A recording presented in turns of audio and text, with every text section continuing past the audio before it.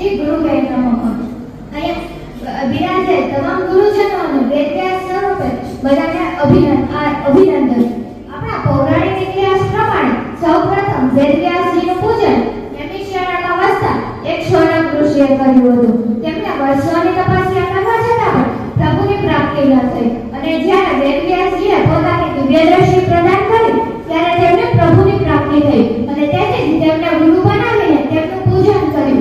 અને તે દિવસ એટલે કે ગુરુ પૂર્ણિમા કે જેને આપણે વ્યાસ પૂર્ણિમા તરીકે પણ ઓળખીએ છીએ. ગુરુ શિષ્યના અંધકારના જીવનને પ્રકાશ તરફ લઈ જાય છે. આપણા ભારતની ધાર્મિક પરંપરામાં તો ગુરુનું સ્થાન પ્રભુની સમકક્ષ અથવા તો તેનાથી ઉપર માનવામાં આવે છે. આપણા જીવનમાં સૌપ્રથમ સ્થાન માતાનું છે, જેને આપણને આ પૃથ્વી પર જન્મ આપ્યો છે. પરંતુ આ પૃથ્વી પર કઈ રીતે ચાલવું, પડી જવાય તો ફરી કઈ વખત ઊભું થવું, તેનું જ્ઞાન આપણને ગુરુ પાસેથી જ આવે છે.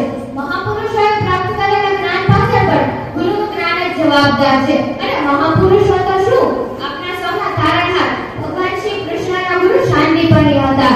વિશ્વામિત્ર શ્રી રામચંદ્રજીના ગુરુ, રામદાસ શ્રી શિવાજીના ગુરુ હતા. કોઈ પણ ક્ષેત્રમાં પ્રગતિ કરવી હોય તો ગુરુની જરૂર તો પડે જ છે. એ વાત સત્ય છે અને સનાતન છે. પછી ભલે એક ક્ષેત્ર આધ્યાત્મિક હોય કે ભૌતિક ક્ષેત્ર હોય, આપણા જીવન રૂપી મહાસાગરમાં હલનદોલન કરી આપણે જીવન નૈયાને સ્થિર કરવાનું કામ એક ગુરુ જ કરી શકે છે.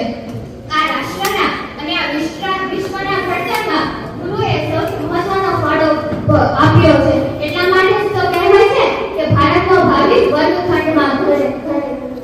અંતમાં માત્ર હું મારા ગુરુ માટે એટલું જ કહીશ કે સબ ધરતી કાગજ કહું લીખું સબ વન રાય, સત સમુદ્રની સાય કરું તબ ભી ગુરુ ગુણ લેખા ન જાય. હું ઘણી વખત કહું છું અને આજે પણ કહીશ કે શિક્ષક એ નથી જે કોલસાની થાળમાંથી હીરો શોધી કાઢે, પરંતુ શિક્ષક તો એ